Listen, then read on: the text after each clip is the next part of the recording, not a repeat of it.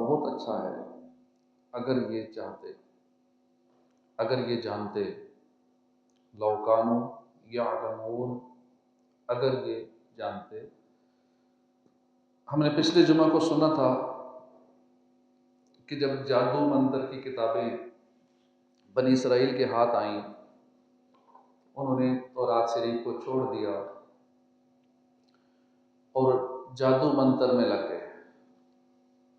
इनके मुतालिक अल्लाह पाक ने फरमाया वलौ अन्नहुम आमनू वत्तक़ौ, और अगर वो ईमान लाते और परहेजगारी इख्तियार करते, यानी अगर ये लोग जादू टोने में पढ़ने की बजाय ईमान ले आते, जादू शादू छोड़ते, गुनाहों से बचते, तकवा इख्तियार कर लेते, उन्हें बड़ा सवाब मिलता। और सवाब की तो क्या शान है, लमसूबत मिन इंदिल्लाहि खैर, तो अल्लाह के यहाँ का सवाब बहुत अच्छा है। यानी अल्लाह पाक की तरफ से थोड़ा सा सवाब मिलना भी बहुत बड़ी भलाई। अगर उन्हें सवाब अजीम मिल जाता तो उनकी शानें क्या होती। अल्लाह पाक थोड़ा सा भी सवाब अता फरमा दे, उसकी भी क्या शान होती है। लौ कानू यालमून, अगर ये जानते, मगर अफसोस उन्होंने जाना ही नहीं। ये समझ ही ना सके कि अल्लाह पाक की तरफ से मिलने वाला सवाब बहुत बेहतर है। जान लेते तो हरगिज़ जादू वगैरह ना सीखते, जादू वगैरह कुछ पर तरजीह ना देते। सबसे पहले तो ये समझ लीजिए कि सवाब किसे कहते हैं। अरबी लुगत की मशहूर और मोतबर कुतुब हैं, लिसानुल अरब है, मुख्तारुस सिहा है, उसमें लिखा है कि अस्सवाब जज़ाउ ताअत, यानी नेकी के बदले मिलने वाली जज़ा को सवाब कहते हैं।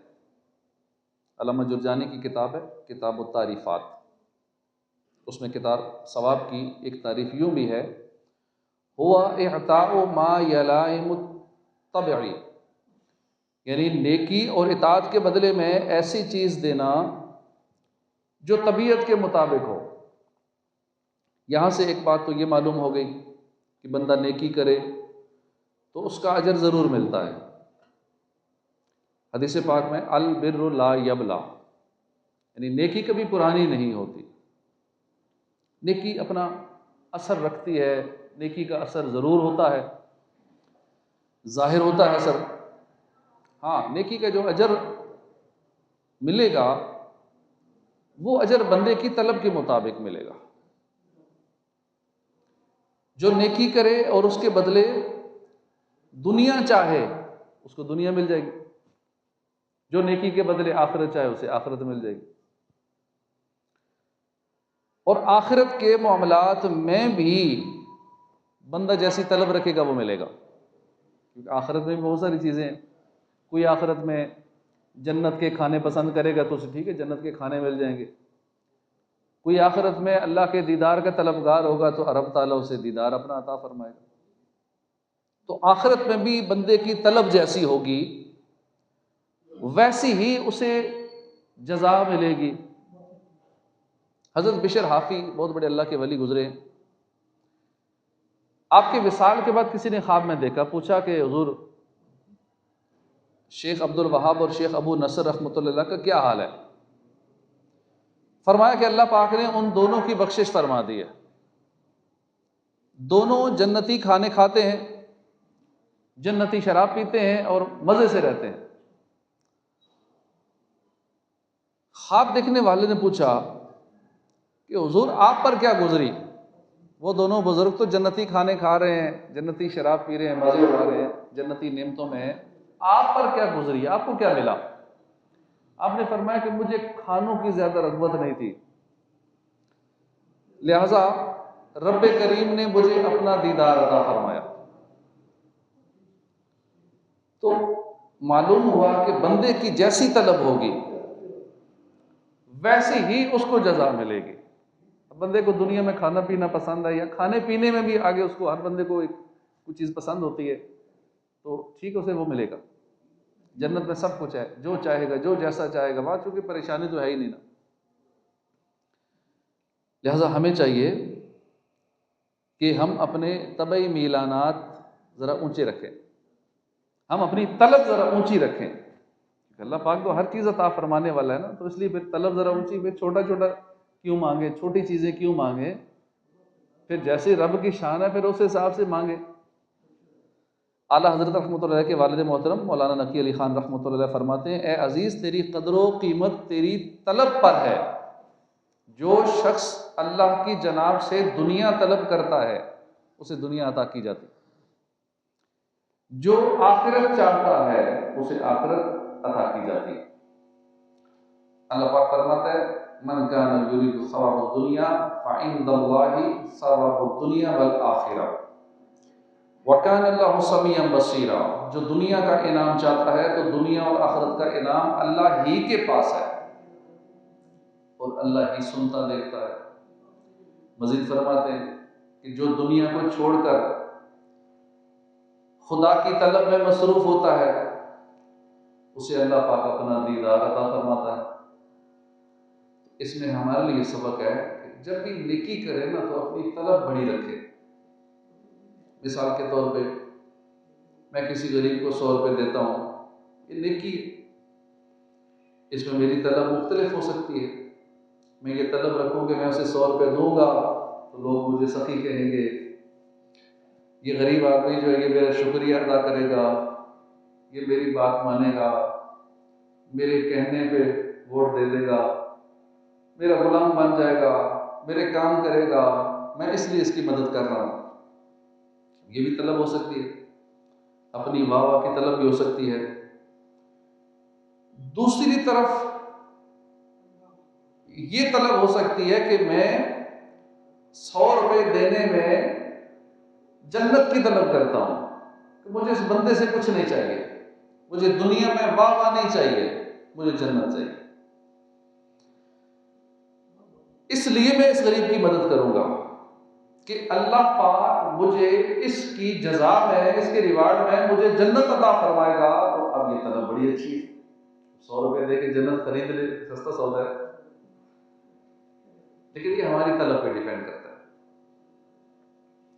तीसरी सूरत ये हो सकती है कि मैं मोहब्बत इलाही में डूब कर उस गरीब की मदद करूं, उसको 100 रुपये दूं कि ये अल्लाह का बंदा है, मैं इसकी मदद करूंगा, काश इसकी जजा में रब्बे करीम मुझे अपनी रजा अता फरमा दे। मैं इसको 100 रुपये दे रहा हूं, अल्लाह मुझसे राजी हो जाए। कितनी प्यारी तलब है, रब राजी हो जाए 100 रुपये से, इतना बड़ा काम है, कितनी बड़ी तलब है। अक्लमंदी इसी को कहते हैं ना कि बड़ी चीज मांगी जाए, हम छोटी छोटी चीजें मांग लेते हैं। अब देखिए, देना 100 ही रुपए है, इसके बदले में दुनिया की कुछ देर की वाह वाह ये चाहिए तो ठीक है मिल जाएगी, बड़ा सफी आदमी था, बड़ा अच्छा आदमी था, माशाल्लाह पले बल्ले हो गई, बस बात खत्म।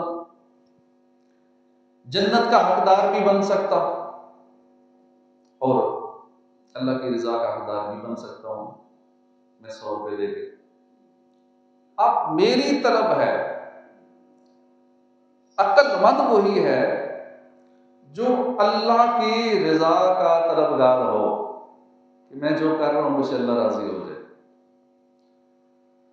लिहाजा हमें चाहिए कि हम अपनी तलब आला रखें। सवाब तो मिल रही है, रिवार्ड तो मिल रही है, अब वो रिवार्ड जो है ना वो हम दुनिया में ना लें, अच्छी चीज मांगे, आला चीज मांगे। जब भी नेकी करें उसमें अल्लाह की रजा की नियत होनी चाहिए और उखरवी सवाब की नियत लाजमी कर दिया करें। जो भी काम करें हम दुनिया में बदलने के लिए ना करें, दुनिया के लिए ना करें, हम आखिरत के लिए करें। लेकिन ऐसे लोग बड़े काम हैं, हम हर मामले में दुनियादारी को देखते हैं, खुशी हो, गमी हो, शादी हो, कोई भी मामला हो, ये देखते लोग क्या कहेंगे, लोगों के लिए लाखों करोड़ रुपए खर्च कर देते हैं, लोगों को खुश करने के लिए, अपनी नाक ऊंची करने के लिए, अपनी इज्जत बचाने के लिए। और जिस रब के हाथ में जिल्लत और इज्जत है, वतुइज़्ज़ुमन तशा वतुज़िल्लुमन तशा, उधर हमारा ख्याल ही नहीं होता। हमने जो काम करना है अपने रब के लिए करना है, अल्लाह की रजा के लिए करना है। तो हमने सवाब का एक माना सुना कि अस्सवाबु जज़ाउ त्ताअति, नेकी के बदले को सवाब कहते हैं। यानी नेकी करना बंदे का काम है और उस नेकी के बदले और अजर में अल्लाह पाक जो कुछ अता फरमाए, चाहे वो दुनियावी नेमत हो, चाहे उखरवी नेमत हो, चाहे कुछ भी हो, उस नेकी के बदले में जो हमें मिलेगा ना, रिवार्ड मिलेगा, उसको कहते हैं सवाब। मिसाल के तौर पे बंदे ने नेकी की, उसके माल में बरकत हो गई, ये भी सवाब है। बंदे ने नेकी की, उसे खुशहाली नसीब हो गई, ये भी सवाब है। बंदे ने नेकी की, उसके बदले में शिफा मिल गई, ये भी सवाब है। घर भर का भला हो गया, उम्र में बरकत हो गई, ये भी सवाब है। नेकी के सिले में अज़ाबे कब्र से बचा लिया गया, ये भी सवाब है। नज़ा में आसानी हो गई, नेकी के बदले में अल्लाह पाक ने इतना ही करम कर दिया कि रूह आसानी से निकल गई, ये भी एक सवाब है।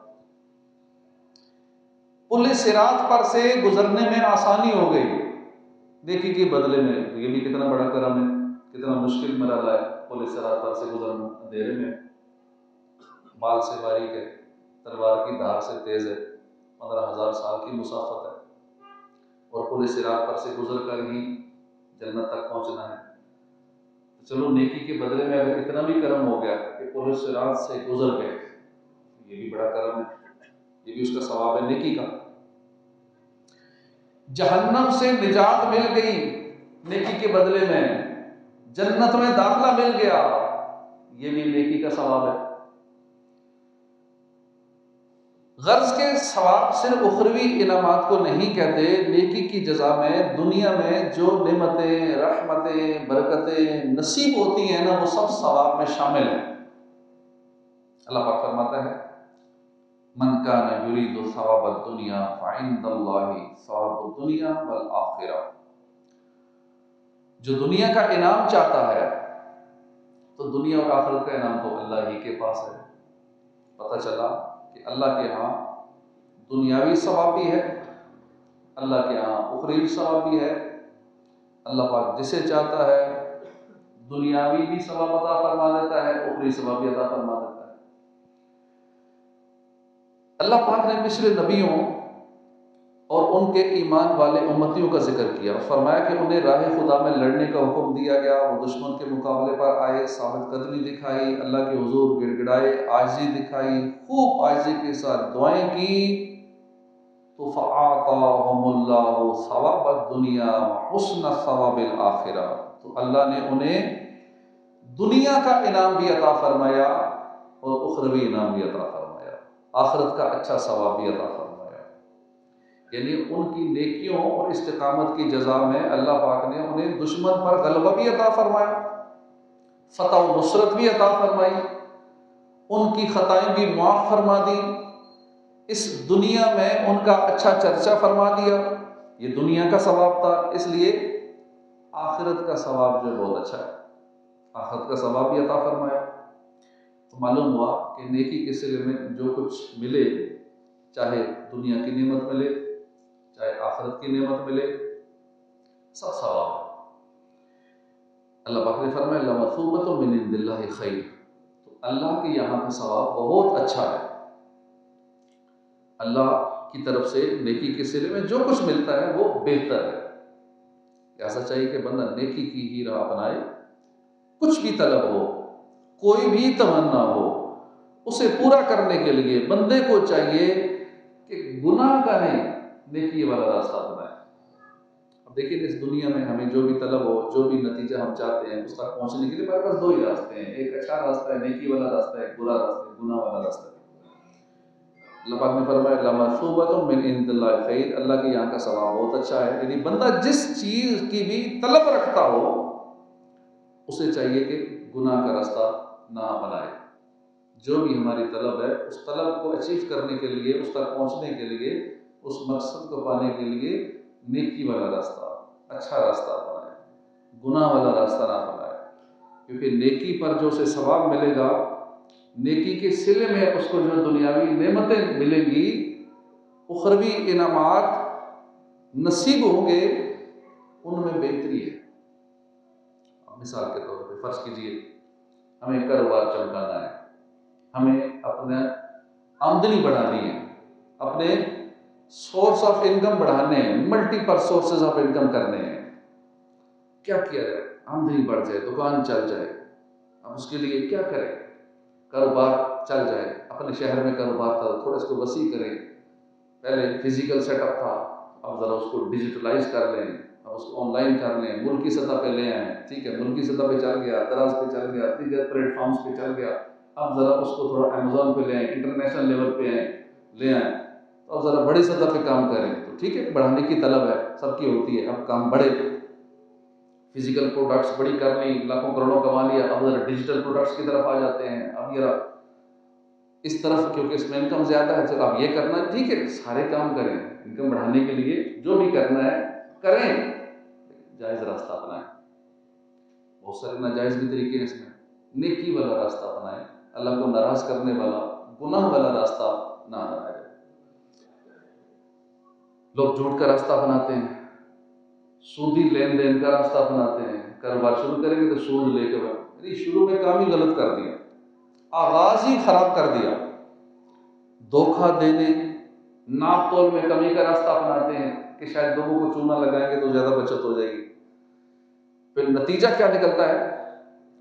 करोड़ों कमाते हैं फिर भी रोते रहते हैं, आए मर गए, महंगाई बड़ी होगी, पूरी नहीं पड़ती, फिर भी परेशान है। अच्छी खासी लोगों की तादाद है, 2-4 लाख कमाने वाला भी परेशान है, 5-10 लाख कमाने वाला भी परेशान है।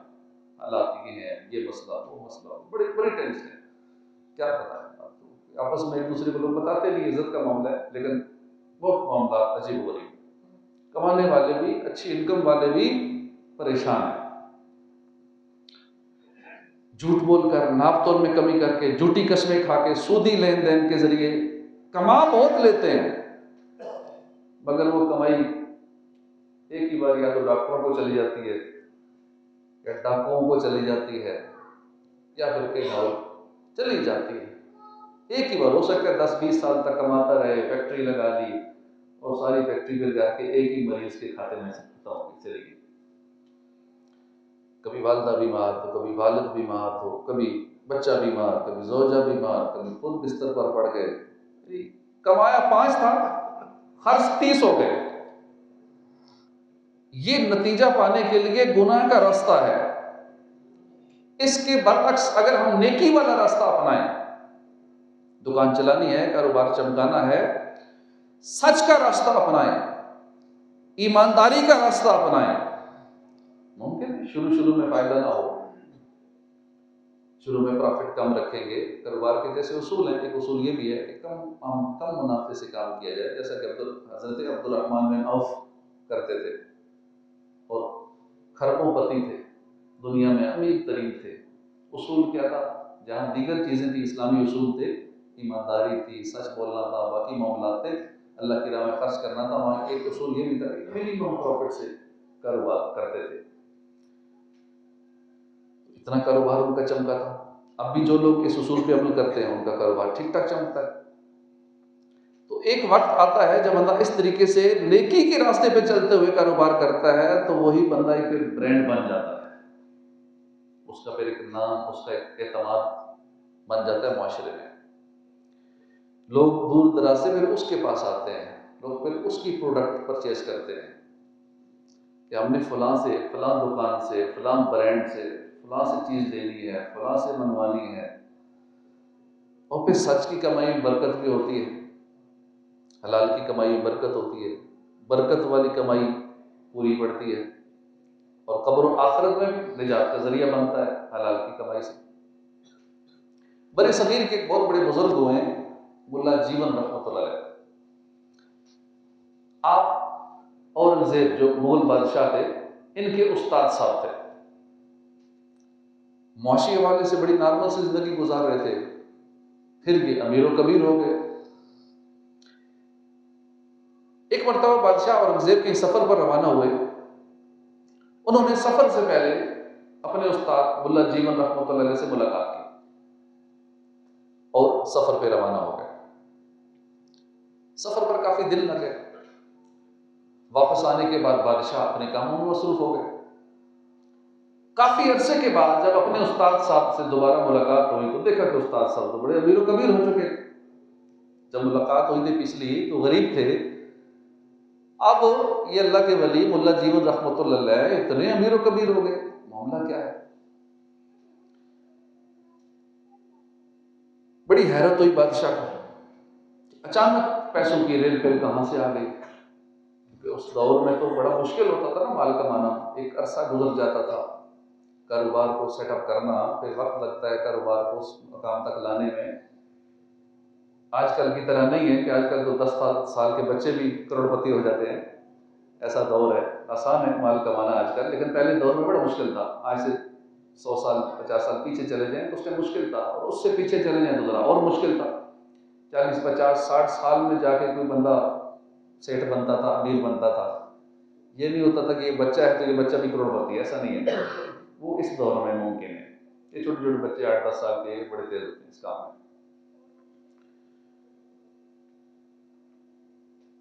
तो बड़ी हैरत हुई बादशाह को कि मेरे उस्ताद साहब अमीर कैसे हो गए, माजरा क्या है, इतना माल कहां से आया?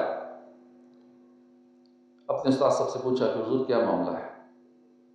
आपने फरमाया कि बादशाह सलामत, आपने सफर पर जाने से पहले मुझे एक सिक्का दिया था, एक चवन्नी दी थी। वो सिक्का जब मेरे पास आया मेरे माल में बरकत हो गई। अब बादशाह सलामत मामला समझ चुके थे। फरमाया कि उस्ताद मोहतरम, मैं आपको फिर सिक्के का राज बताऊं? फरमाया जरूर बताइए। बादशाह सलामत ने एक सिपाही को बुलवाया, फरमाया कि फलां मोहल्ले में जाओ, वहां एक ताजर है, उसको मेरे पास ले आओ और उसे कहना कि अपना डेली का लेजर रोजनामचा वो भी साथ ले आए। ताजर फौरन गया,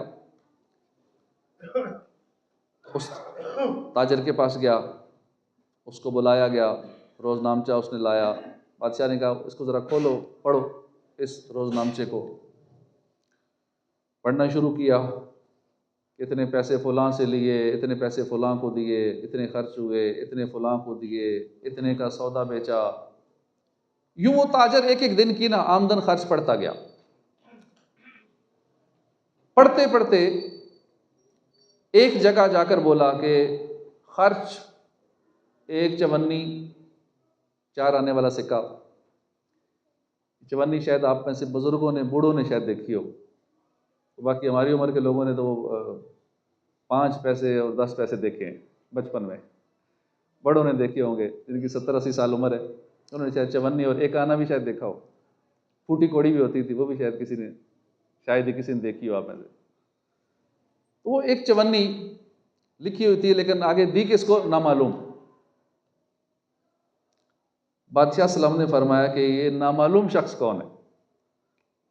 ये सुनकर ताजर ने ठंडी आह भरी, कहा कि बादशाह सलामत, वो कौन था मैं नहीं जानता, इसलिए मैंने तो नामालूम लिखा है कि ये चवानी किसको गई, नामालूम को गई। मामला यूं हुआ कि रात का वक्त था, बारिश बरस रही थी, अचानक मेरे घर की छत टूट गई। अब रात को मजदूर कहाँ से मिलता? बहरहाल मैं घर से बाहर निकला तो मुझे एक शख्स मिला। मैंने उससे रिक्वेस्ट की कि मेरी मदद करो, मेरे घर की छत सही कर दो। बस वो शख्स मेरे घर आया, उसने बड़ी मेहनत के साथ मेरे घर का काम किया, मेरी छत को संवारा, और फजर की अजान हो गई। जो ही फजर की अजान हुई वो शख्स चला गया। जाते जाते मैंने उसे कहा कि भाई इस वक्त तुम्हें देने के लिए मेरे पास कुछ नहीं है, दिन के वक्त मैं दे दूंगा, लेकिन फिलहाल मेरे घर में ये चवन्नी है, चलो ये ले लो। मैंने उसको वो चवन्नी दे दी। बाकी मुझे अपना नाम पता बता दो, मैं तुम्हें तुम्हारी उजरत पहुंचा दूंगा। उस बंदे ने कहा नहीं, मुझे बस ये चवन्नी काफ़ी है, नाम पते की ज़रूरत नहीं, बस ठीक है, जो मिल गया मजदूरी यही काफ़ी है। ये कह के वो शख्स चला गया। अब मैं उसे ढूंढता रहा कि मुझे मिल जाए, मैं उसकी बकिया पेमेंट दे दूं, लेकिन आज दिन तक मुझे वो ना मिल सका। बादशाह सलामत ने फरमाया कि ठीक है, अब तुम जा सकते हो। ताजर चला गया। अब बादशाह सलामत ने फरमाया, उस्ताद मोहतरम, वो मज़दूर मैं ही था। बादशाह ने कहा कि वो मज़दूर जिसने इसकी छत ठीक की थी और फिर एक चवन्नी ले ली सारी रात मेहनत करके, वो मज़दूर मैं था। और वो चूंकि मेरे हाथों की मेहनत की हलाल की कमाई थी, 100% हलाल थी, मैंने वो चवन्नी आपको नजराने के तौर पर पेश की। तो ये उस चवन्नी का कमाल था कि उस चवन्नी ने उन बुजुर्गों को, मुल्ला जीवन रहमतुल्लाह अलैह को अमीर कबीर कर दी। हलाल के पैसे में ना थोड़ा सा भी हो तो इतनी ज्यादा बरकत होती है। अपनी औलाद के लिए अगर हलाल छोड़ के जाएंगे ना, थोड़ा सा भी छोड़ के जाएंगे हलाल, तो उनको बहुत हो जाएगा। और हराम का उनको करोड़ों भी छोड़ के जाएंगे तो वो वैसे ही उड़ाएंगे, वन शॉट में सारा उड़ाएंगे, कुछ नहीं बचेगा। लिहाजा अल्लाह पाक ने फरमाया, लमसूबतुम मिन इंदिल्लाहि खैर, तो अल्लाह के यहाँ का सवाब बहुत अच्छा है। यानी बंदे को नेकी के सिले में जो कुछ मिलता है ना, वो बहुत अच्छा है, उसमें भलाई है, वही बेहतर है। जैसे कोई मामला हो, हमें कोई तलब हो, कोई नतीजा चाहते हो, कोई तमन्ना हो, गुनाह का रास्ता ना अपनाएं। अपनी ख्वाहिशात को पूरा करने के लिए गुनाह का रास्ता ना अपनाएं, नेकी वाला रास्ता अपनाएं। क्योंकि आमदनी बढ़ानी है ना, तो ठीक है, नाजायज़ तरीके भी हैं, सूद वाले काम करके, जुए वाले काम करके। आजकल ऑनलाइन गेमें, हमारे नौजवान भी तो और बड़े बूढ़े सारे लगे हुए, ज़्यादातर नौजवान हैं, लाखों नौजवान गेमें खेल खेल के वो जुए लगा लगा के कमा रहे हैं। और बेचारों को पता नहीं है, शरीर रहनुमाई तो है नहीं, दीन से दूरी है, कुछ समझाने वाला भी नहीं है कि हराम के नुकसानात क्या हैं, हलाल के फ़ायदे क्या हैं। अब ये चीज़ें नहीं है जहन में, तो कहते हैं बस माल आना चाहिए, माल तो आ रहा है ना। तो इसलिए हमारे नौजवानों को इल्म न होने की वजह से लाखों कमा तो रहे हैं, फिर लाखों जाता भी है। 10-20 लाख कमाते हैं तो उतना ही निकल भी जाता है साथ ही। तो और इस तरह के बहुत सारे ज़राए हैं, ड्रॉप शिपिंग वाला काम है, उसमें भी जायज़ नाजायज़ दोनों सूरतें हैं। इस तरह ई कामर्स का काम है, हर काम में जायज़ सूरतें भी हैं, नाजायज़ भी हैं। तो किसी से पूछ लेना चाहिए कि जायज़ सूरतें कौन सी हैं। लेकिन वो पूछेगा ना जिसको आखिरत का खौफ होगा, खौफ खुदा होगा, हिसाब किताब का डर होगा कि अल्लाह की बारगाह में हाज़िर भी होना है, एक एक पैसे का, एक एक रुपए का हिसाब होगा, इसलिए मैंने हलाल कमाना है। या जिनकी वालिदैन की तरबियत अच्छी होती है, अपने बच्चों को शुरू से ही हलाल ही सिखाते हैं कमाना, तो फिर ऐसे बच्चे थोड़ा सोचते हैं कि नहीं, हमने हलाल ही कमाना है, गलत काम नहीं करना। तो इसलिए अपने बच्चों के भी और अपना भी यही ज़हन बनाएं कि हमने रिज़्क़ हलाल कमाना है। हलाल जो ज़राए हैं, चाहे ऑनलाइन इनकम के हैं, फ़िज़िकल इनकम के हैं, जो भी हैं, हमने हलाल ज़राए नेकी वाला रास्ता अपनाना है। हमने गुनाह का रास्ता नहीं अपनाना, झूठ का रास्ता ना अपनाएं, सच की राह अपनाएं। रिश्वत देकर काम निकलवाएंगे, काम तो हो सकता तब भी हो जाए। नेकी की राह अपनाकर रिश्वत की बजाय दुआएं करवा के काम निकलवाएंगे, काम तब भी हो जाएगा। रिश्वत से निकलवाए गए काम में बरकत नहीं होगी, दुआओं के सिले में जो काम निकलवाएंगे उस काम में बरकत होगी। हसद करके, दिल में जलन पाल कर, अनापरस्त होकर, दूसरों की टांगें खींच कर ऊपर आने की कोशिश करेंगे तो फिर धड़ाम से नीचे गिरेंगे। अल्लाह के हुजूर आजिज़ी अपनाएंगे, दूसरों का भला करेंगे, तो अल्लाह करीम ऐसी बुलंदियां अता फरमाएगा कि जिसको फिर ज़वाल नहीं है। अगर कोई मामला हो उसके लिए गुनाह का रास्ता ना अपनाएं। बाज़ औक़ात हम ना किसी नेकी तक पहुँचने के लिए भी बहुत सारे गुनाहों के रास्ते अपना रहे होते हैं। बहुत सारे गुनाह नेकियों के अंदर भी छुपे होते हैं। हम कह रहे थे बहुत बड़ी नेकी का काम कर रहे हैं, ये नहीं देखते उस नेकी तक पहुँचने के लिए कितने गुनाह कर लिए। तो इसलिए नेकी वाला रास्ता अपनाएंगे तो इंशाअल्लाह बेहतरीन बदला नसीब होगा, दुनिया भी संवर जाएगी, आखिरत भी संवर जाएगी। अब यहाँ एक हिकमत है, हमें इसकी समझ होनी चाहिए। ये दुनिया दारुल असबाब, अल्लाह पाक ने इस दुनिया में नताइज को असबाब के साथ जोड़ दिया है। मसलन आग जलाती है, खाना भूख मिटाता है, बिजली से लाइट जलती है, यूँ हर नतीजे का एक सबब होता है। अब हमें यह समझने की ज़रूरत है कि किस सबब का क्या नतीजा है। मिसाल के तौर पर हमें भूख लगी है, क्या हम पत्थरों के ज़रिए भूख मिटा लेंगे? खाना खाना पड़ेगा ना। इसी तरह हम जो तमन्ना रखते हैं, जो हम हासिल करना चाहते हैं, इसका नतीजे का सबब क्या है, अल्लाह पाक ने उस नतीजे को किस सबब के साथ जोड़ा है, ये हमें मालूम होगा तो हम बर वक्त और बरमाल असबाब इख्तियार कर पाएंगे। अब मिसाल के तौर पे हम बहुत मरतबा मामलात में फंस जाते हैं, हमें लग रहा होता है कि सारे दरवाजे बंद हो गए, कोई हल नहीं निकल रहा। अब सिर्फ कोई गैबी मदद ही हो जो हमें इस मुश्किल से निकाले, बिल्कुल बेबस हो जाते हैं। मसलन बीमार हो गए, बड़ा इलाज करवाया, सेहत नहीं मिल रही, मुश्किल से निकलने के लिए हमने कौन सी नेकी अपनानी है, ये समझ होनी चाहिए। वो कौन सी नेकी है, हदीस पाक सुनिए। प्यारे आका सल्लल्लाहु अलैहि वसल्लम ने फरमाया कि जिसने किसी मुसलमान की दुनियावी परेशानी दूर की, अल्लाह पाक क़यामत की परेशानियों में से उसकी परेशानी दूर फरमाए। हम लोगों की परेशानियां दूर करने में लग जाए। जिसने तंगदस्त के लिए आसानी मुहैया की, यानी मोहलत दी, अल्लाह पाक दुनिया और आखिरत में उसके लिए आसानियां पैदा फरमा देगा। जो दुनिया में किसी मुसलमान की पर्दापोशी करे, अल्लाह पाक दोनों जहान में उसकी पर्दापोशी फरमाएगा। बंदा जब तक अपने मुसलमान भाई की मदद करता रहता है, अल्लाह पाक भी उसकी मदद करता रहता है। इस हदीस पाक पे अमल करके देख लीजिए। हम इसको उल्ट चल रहे होते हैं, जो यहाँ बातें लिखी हुई हैं ना, हम उसको उल्ट चल रहे होते हैं। पर्दापोशी के बजाय हम ऐब खोल रहे होते हैं, ऐब तलाश कर रहे होते हैं। लेकिन हमें साफ मना किया गया कुरान पाक में, वला तजस्ससू, तजस्सुस में ना पढ़ो, किसी की ऐबों की टो में ना पढ़ो, लेकिन इसी में लगे होते हैं। मुसलमानों को खुश करो, हम परेशान कर रहे होते हैं, टेंशन दे रहे होते हैं हर एक को। पता चले इसको मेरी वजह से ना इसने पंगा लिया, तब इसको मैंने दिन रात इसकी नींदें उड़ानी है, इसको टेंशन में रखना है। यानी जो हमने ये अल्फाज सुने हैं उसका उल्ट कर रहे होते हैं कि जिसने तंगदस्त के लिए आसानी मुहैया की, उसको मोहलत दी, अल्लाह पाक उसके लिए आसानियाँ पैदा फरमाएगा। तो हम दूसरों के लिए आसानियाँ पैदा करें। जो किसी की पर्दापोशी करेगा, अल्लाह पाक दोनों जहान में उसकी पर्दापोशी करेगा। दूसरों की मदद करते रहेंगे, अल्लाह पाक हमारी मदद करता रहेगा, क्योंकि वो मुसब्बिबुल असबाब है। जब हमारी मदद का वक्त आएगा तो ऐसे असबाब मुहैया कर देगा जो पहले जहन में नहीं होते, जो पहले हम सोच भी नहीं सकते हैं। ये भी हो सकता है कि जब रब साथ हो ना, तो फिर वो अचानक ऐसे ऐसे असबाब मुहैया करता है कि बंदा खुद हैरान रह जाता है। फिर अल्लाह का शुक्र करते हैं, अल्लाह तो कितना करीम है। तो ये असबाब और उनके नताज हैं। हम किसी मुश्किल में हैं, इससे निकलना चाहते हैं, इसका तरीका ये है कि हम दूसरों की मदद करना शुरू कर दें। हम खुद मुश्किलों से निकलना चाहते हैं ना, हम दूसरों की मुश्किलों को आसान करना शुरू कर दें।